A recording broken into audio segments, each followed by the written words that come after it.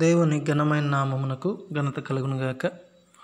ఈ యొక్క వాక్యాన్ని వింటున్నటువంటి ప్రతి ఒక్కరికి కూడా ప్రభు అయినటువంటి యేసుక్రీస్తు పరిశుద్ధ నామములో శుభములు తెలియజేస్తూ ఉన్నాను. నేటి ధ్యానము నిమిత్తము 23వ కీర్తన 1వ వచనం.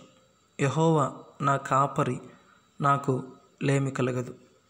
ఈ కీర్తనను భక్తుడైనటువంటి దావీదు రాస్తూ ఉన్నాడు. దావీదు దేవుణ్ణి కాపరిగా చెప్తూ రీతిగా అంటున్నాడు, దేవుడు నాకు కాపరిగా ఉన్నాడు, ఆయన కాపరిగా ఉండటం ద్వారా నాకు లేమి కలగదు అని అంటే నాకు ఎటువంటి లోటు కూడా ఉండదు అని చెప్తా ఉన్నాడు. నిజంగా కాపరిగా దేవుడు ఉంటే ఎటువంటి లోటు ఉండదా అంటే అది వాస్తవం. ఎందుకంటే దాని కింద వచనంలో రీతిగా చెప్తాడు, దేవుడు కాపరిగా ఉండి ఆయన ఎలా నడిపిస్తూ ఉన్నాడు అని అంటే పచ్చిగల చోట్లను ఆయనను పరుండజేయుచున్నాడు, శాంతికరమైన జలముల యొద్దకు నన్ను నడిపించున్నాడు. ఎక్కడ పచ్చిక ఉందో, ఎక్కడ ఆహారం ఉందో అక్కడికి నడిపిస్తూ ఉన్నాడు. అంతేకాకుండా నీతి మార్గాల్లో ఆయన నడిపిస్తూ ఉన్నాడు. ఎంతగా దేవుడు కాపరిగా ఉండి దావీదుకు దయచేస్తూ ఉన్నాడంటే అవి విస్తారంగా ఉండేలాగా, పొంగి పొరలేలాగా అనుగ్రహిస్తూ ఉన్నాడు. చూడండి, ఇదే కీర్తన 5వ వచనంలో, నా శత్రువుల ఎదుట నీవు నాకు భోజనము సిద్ధపరచుదువు, నూనెతో నా తలంటి ఉన్నావు, నా గిన్నె నిండి పొర్లుచున్నది, నేను బ్రతుకు దినములన్నీ కృపాక్షేమములే నా వెంట వచ్చును. నా గిన్నె నిండి పొర్లుచున్నది. అవును, దేవుడు ఎవరి జీవితాల్లోనైతే కాపరిగా ఉంటాడో వారి కుటుంబ జీవితాల్లో ఆశీర్వాదాలు పొంగి పొర్లుతూ ఉంటాయి. వారి యొక్క అవసరాలు, అక్కర్లన్నీ కూడా తీర్చబడతాయి. తీర్చబడ్డం మాత్రమే కాకుండా సమృద్ధిగా అనుగ్రహించబడతాయి.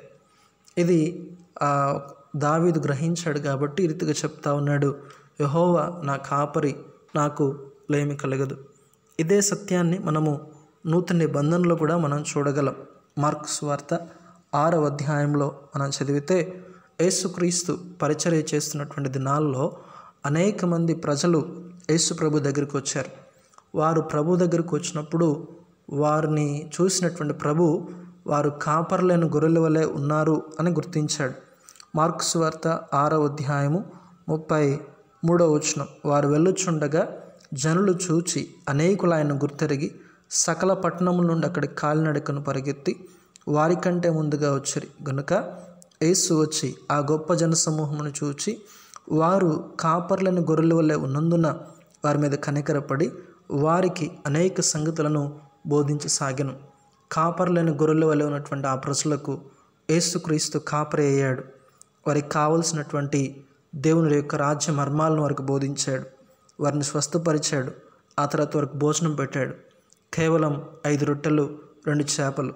కానీ ఆ రోజున అక్కడ తిన్నవాళ్ళు ఎంతమంది అని అంటే 5,000 మంది పురుషులు తిన్నారు అనే లేఖనాల్లో మనం చూస్తూ ఉన్నాం. అంతేకాకుండా వారు తృప్తిగా తిన్నారు అని కూడా రాయబడింది. మార్కు సువార్త 6వ అధ్యాయము 41వ వచనం, అంతటా ఆయన ఆ 5 రొట్టెలను 2 చేపలను పట్టుకొని ఆకాశం వైపు కనులెత్తి ఆశీర్వదించి ఆ రొట్టెలు విరిచి వారికి వడ్డించుటకు తన శిష్యులకు ఇచ్చి ఆ 2 చేపలను అందరికీ పంచిపెట్టెను. వారందరూ తిని తృప్తి పొందిన తర్వాత తృప్తిగా భుజించేలాగా వారికి ఆహారాన్ని ఇచ్చాడు.